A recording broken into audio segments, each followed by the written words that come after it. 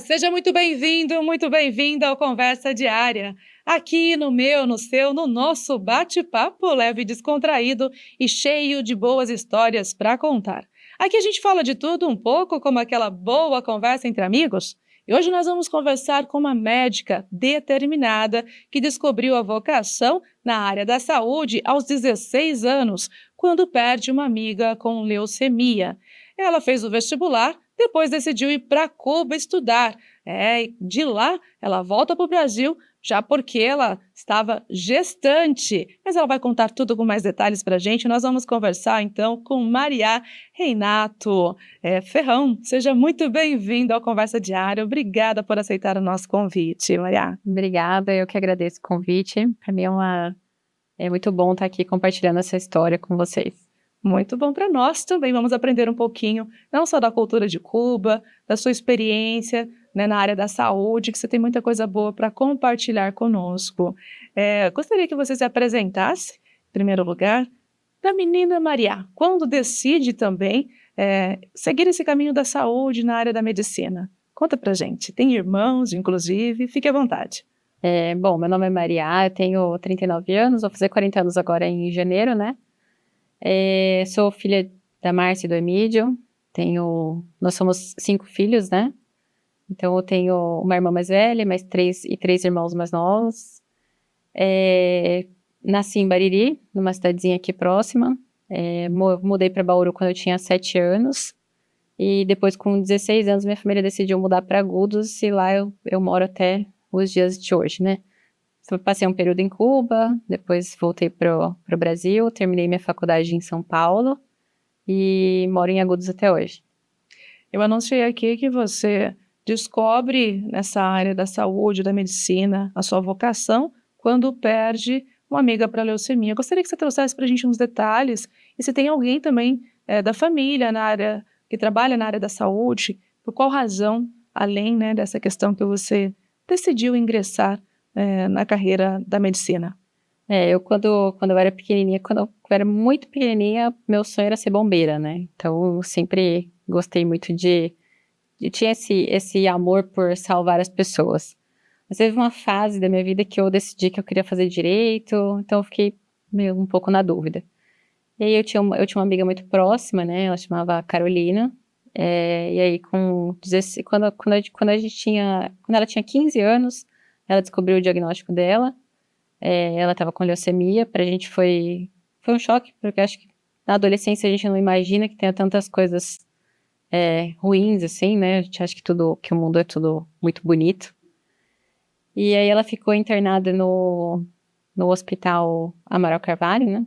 Eu tive a oportunidade de passar alguns dias com ela, então minha família sempre me levava para ficar junto com ela um tempo, no momento de visita. E o Hospital Amaral Carvalho é um hospital muito humanizado, muito. Eu lembro que na época eles tinham até aquelas visitas dos cachorros ali, com as crianças. Era um local muito bonito, eu lembro até hoje, assim, que tinha uma biblioteca, um local de brinquedo, era muito agradável, muito acolhedor. E a equipe de enfermagem também era muito acolhedora, né? Então eles faziam os dias dela ficarem mais agradáveis, né? E a gente sabia que não é agradável, né? Você ficar internada. E aí eu descobri que eu queria fazer isso. Eu queria ajudar as pessoas. Então eu quis fazer medicina. E ela faleceu um dia antes do meu aniversário. Eu não esqueço disso. Eu acho que você fica emocionada, não é para menos, Sim. Né?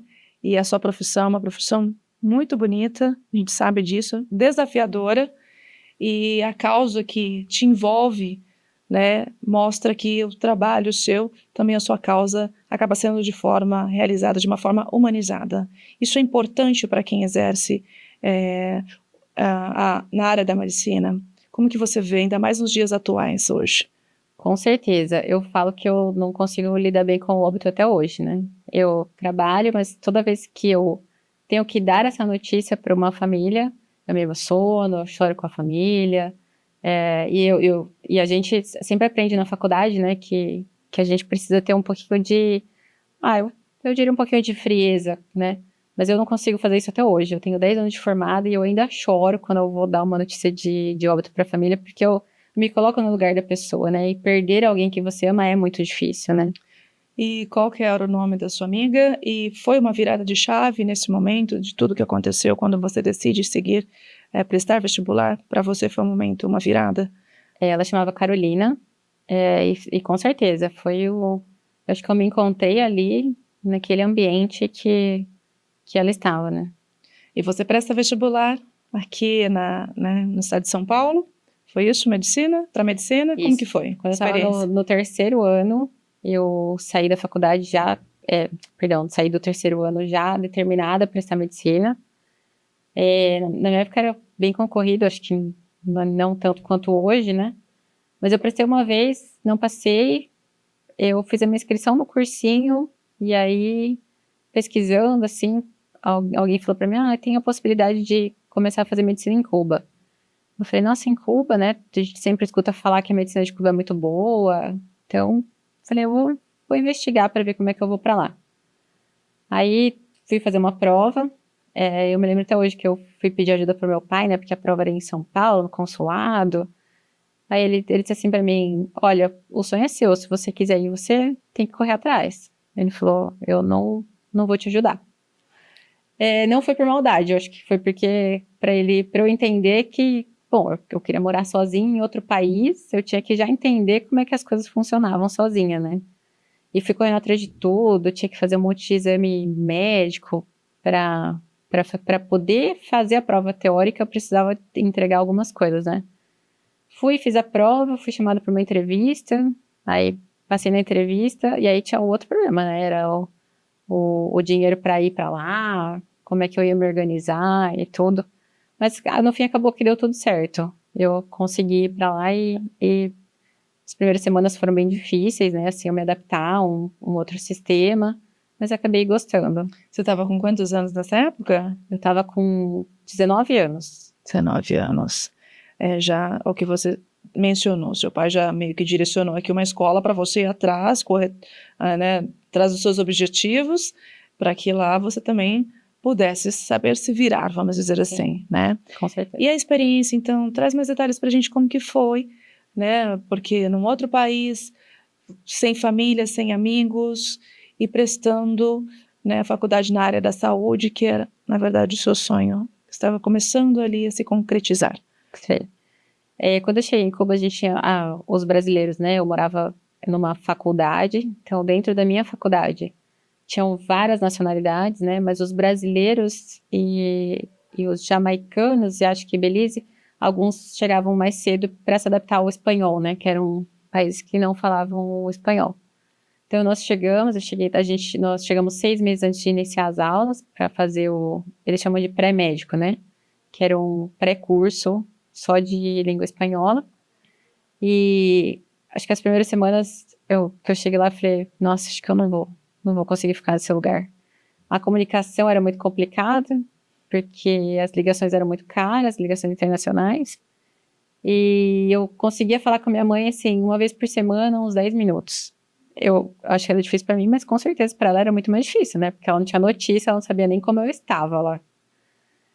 Mas quando eu comecei a fazer a faculdade de medicina, eu falei, não, é isso mesmo que eu quero.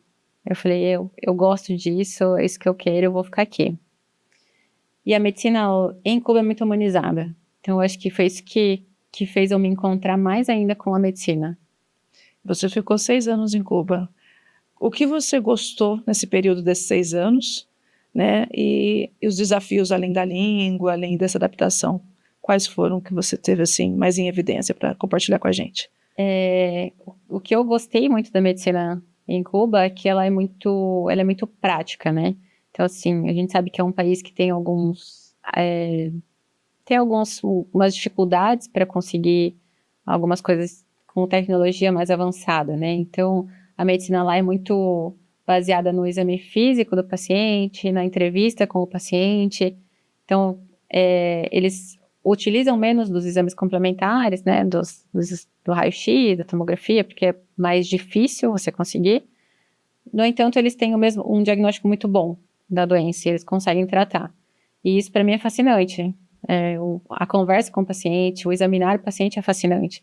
A gente vê que isso vem se perdendo um pouquinho, né, com a tecnologia.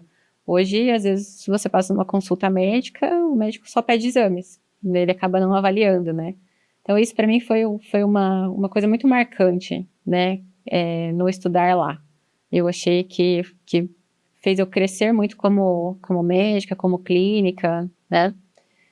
E algumas dificuldades que a gente teve lá, lógico que eram dificuldades de aquisição de coisas, né? Então, eu me lembro quando eu cheguei lá, eles estavam passando por uma fase que não tinha papel higiênico, né? Então, era muito difícil você comprar papel higiênico lá.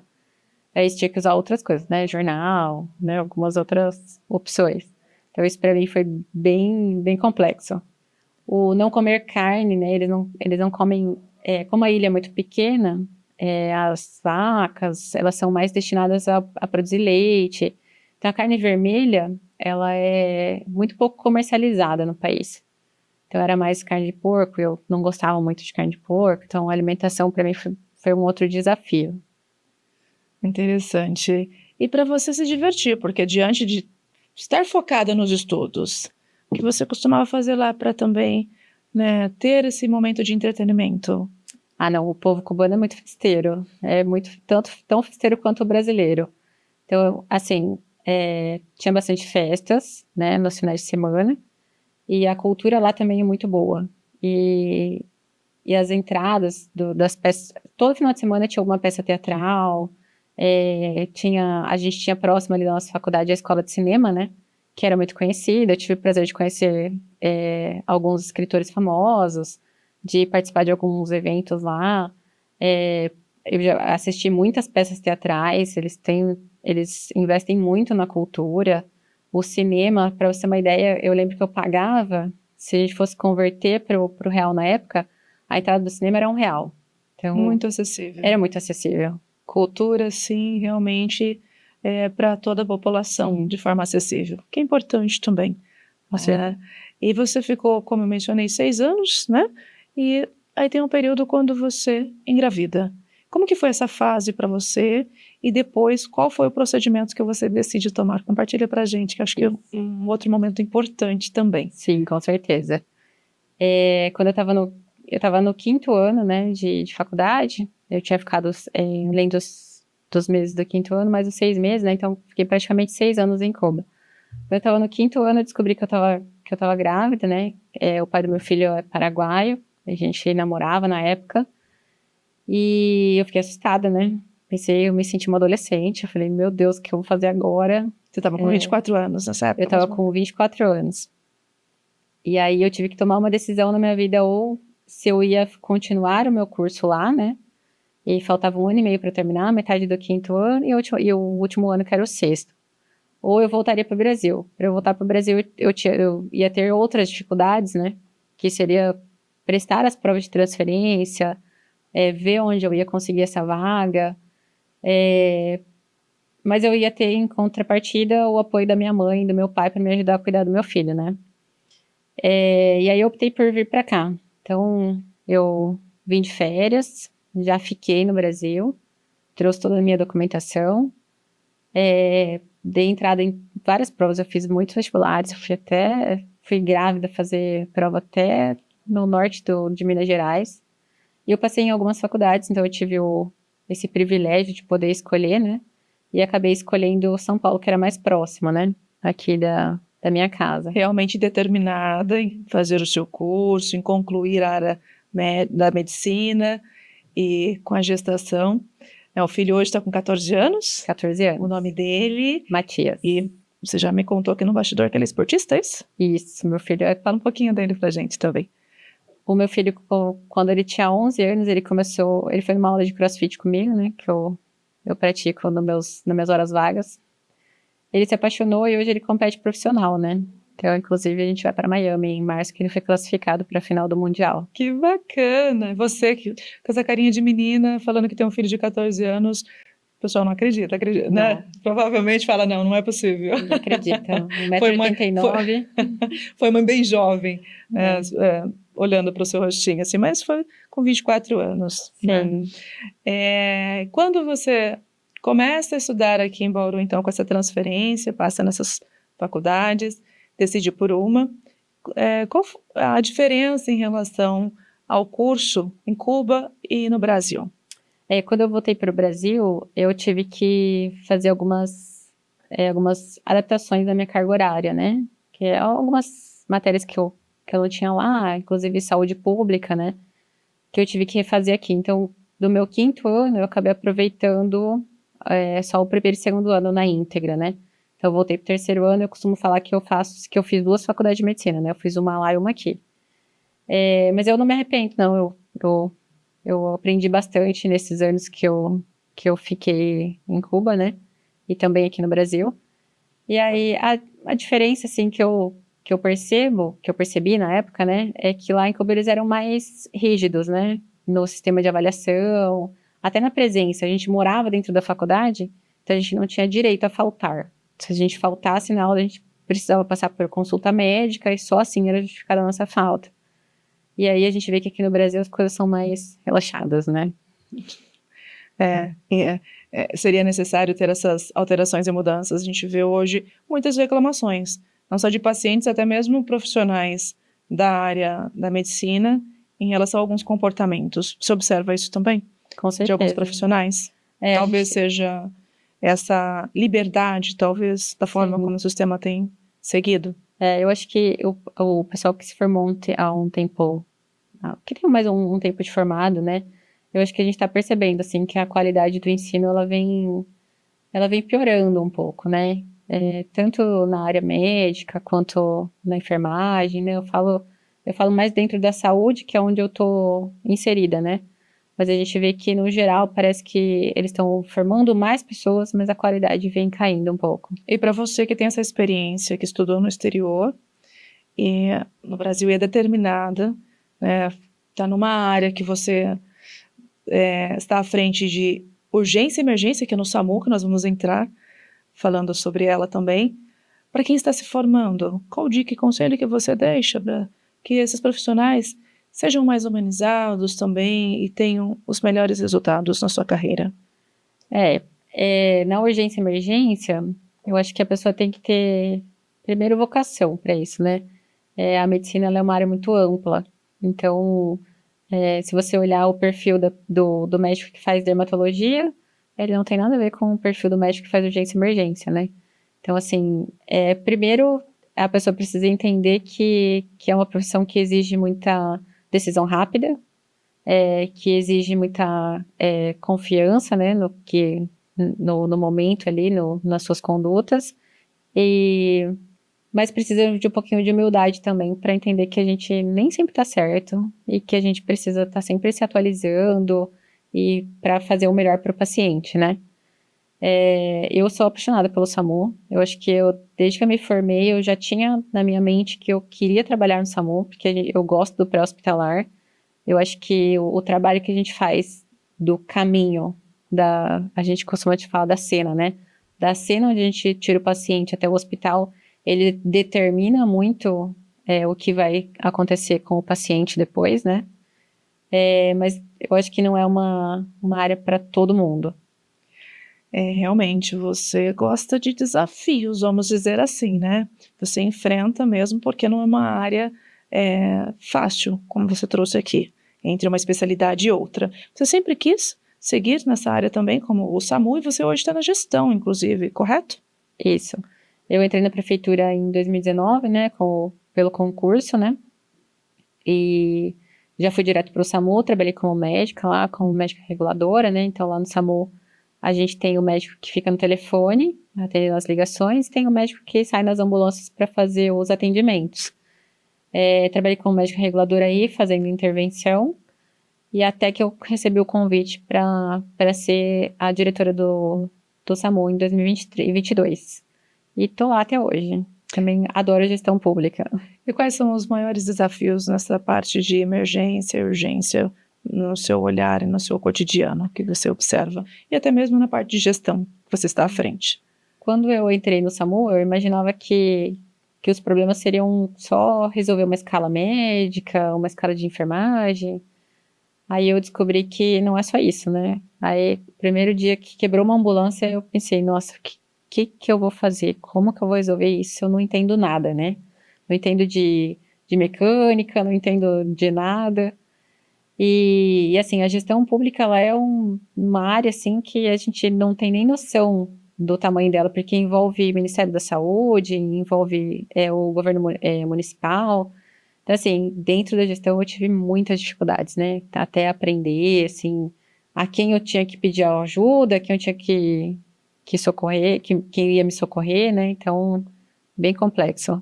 E você tem um outro sonho também, que é na questão de trabalhar na parte aérea. Explica um pouquinho mais sobre isso, como que funciona. Dos meus sonhos, É. o único que eu ainda não consegui realizar foi o meu sonho é fazer resgate aéreo, né? Aqui na região a gente não tem, que é o grau que faz, né? Que são os helicópteros. Mas em São Paulo tem, em Sorocaba agora vai ter um serviço. Esse é o meu último sonho a ser realizado. Eu acredito que não, hein? Pelo que poucos que eu estou te conhecendo, é só abertura para novos sonhos. Eles vão aumentando, né? Aumentando. Ainda mais com o filhão, né? Que você acaba sendo um exemplo para ele. E fiquei muito contente de ouvir aqui que vocês vão, né, compartilham do mesmo esporte. Isso também é algo importante. E a sua relação, voltando um pouquinho para essa questão familiar com ele, já vi que tem muito, né? Como que é no dia a dia de vocês? Você que é da área da saúde, ele também já tem esse olhar? Pensa em alguma coisa ou ainda não pensa na questão da profissão? Porque é muito novinho ainda, né? Ele é muito novo, mas eu acho que ele não tem essa tendência aí para a área da saúde, não. Ou talvez não, ele vai para a área da saúde, mas num outro foco, né? Porque ele gosta muito de esporte, né? Então talvez ele vá fazer alguma coisa ali na educação física, alguma coisa nesse sentido. E você com a questão da especialização em terapia intensiva, né? Que seria que você adulto, que você estudou no Albert Einstein, faz a diferença?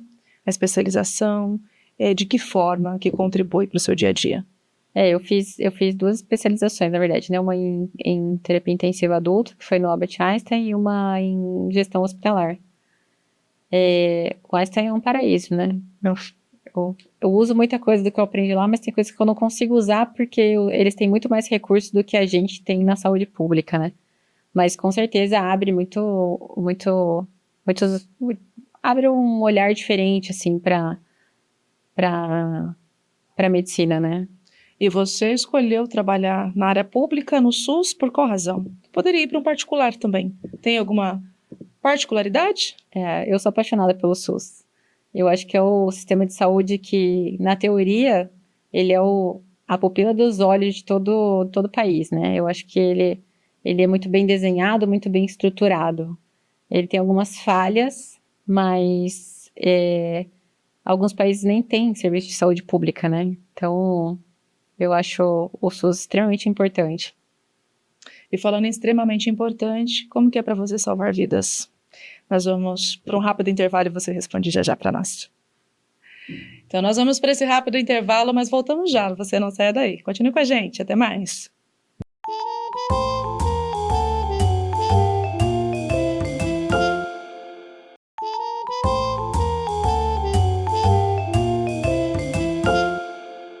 Voltamos com Conversa Diária, o bate-papo de hoje é com a médica Maria Ferrão.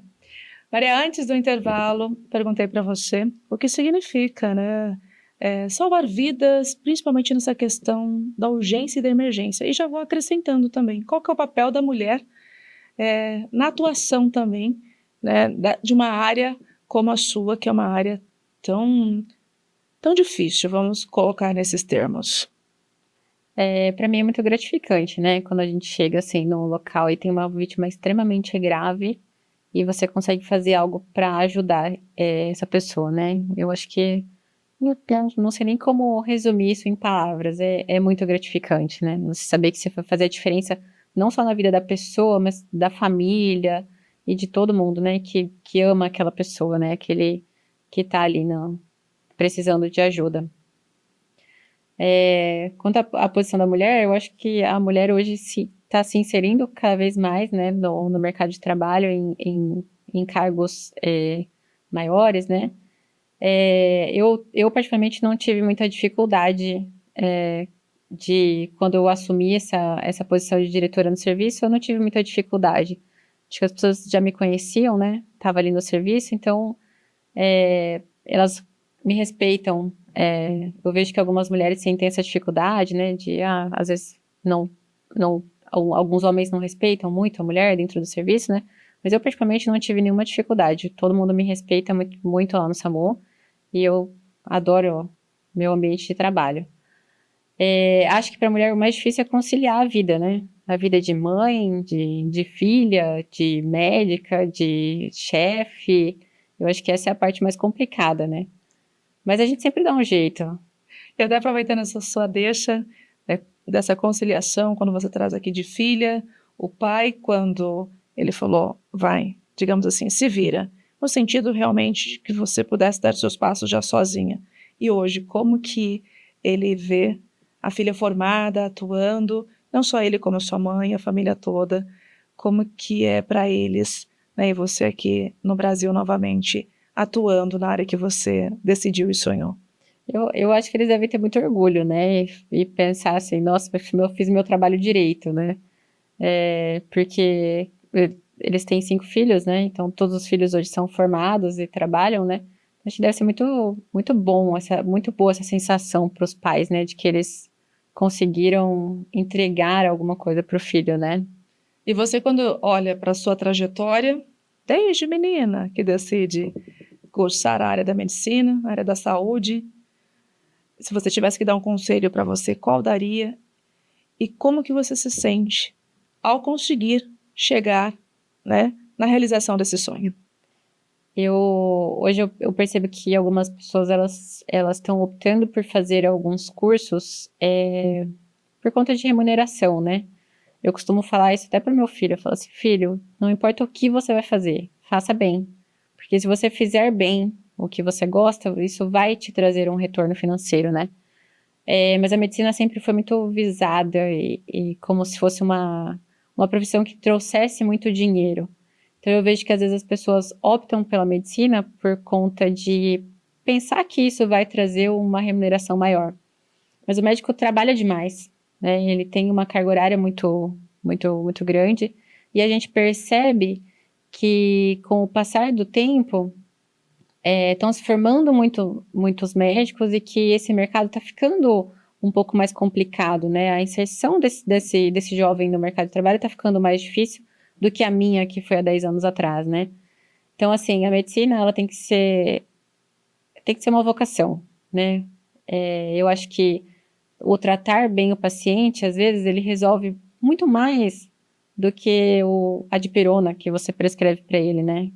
Então, assim, eu sou muito suspeita, porque eu amo cada paciente meu, cada pessoa que entra. Eu sou a médica preocupada, aquela que socorre a vítima, mas que depois vai ligar para saber o que aconteceu com ele, para ver se ele ficou bem, né? E nem sempre a gente tem sucesso, né? Mas às vezes que a gente tem sucesso, faz valer a pena. Nossa, confesso que fico muito feliz ao te ouvir falando também, né? Não só a questão do ato que você tem no dia a dia, mas ao ouvir, porque a gente precisa de profissionais com essa paixão, com essa vocação determinada e que realmente procura fazer a diferença no ambiente que está. Você que está fazendo não só a questão da gestão, mas também trabalhando, né, no dia a dia e na área da medicina, que é uma área que salva vidas, que cuida das pessoas e precisa fazer a diferença mesmo. Parabéns pelo seu trabalho, pela sua determinação, pela sua história.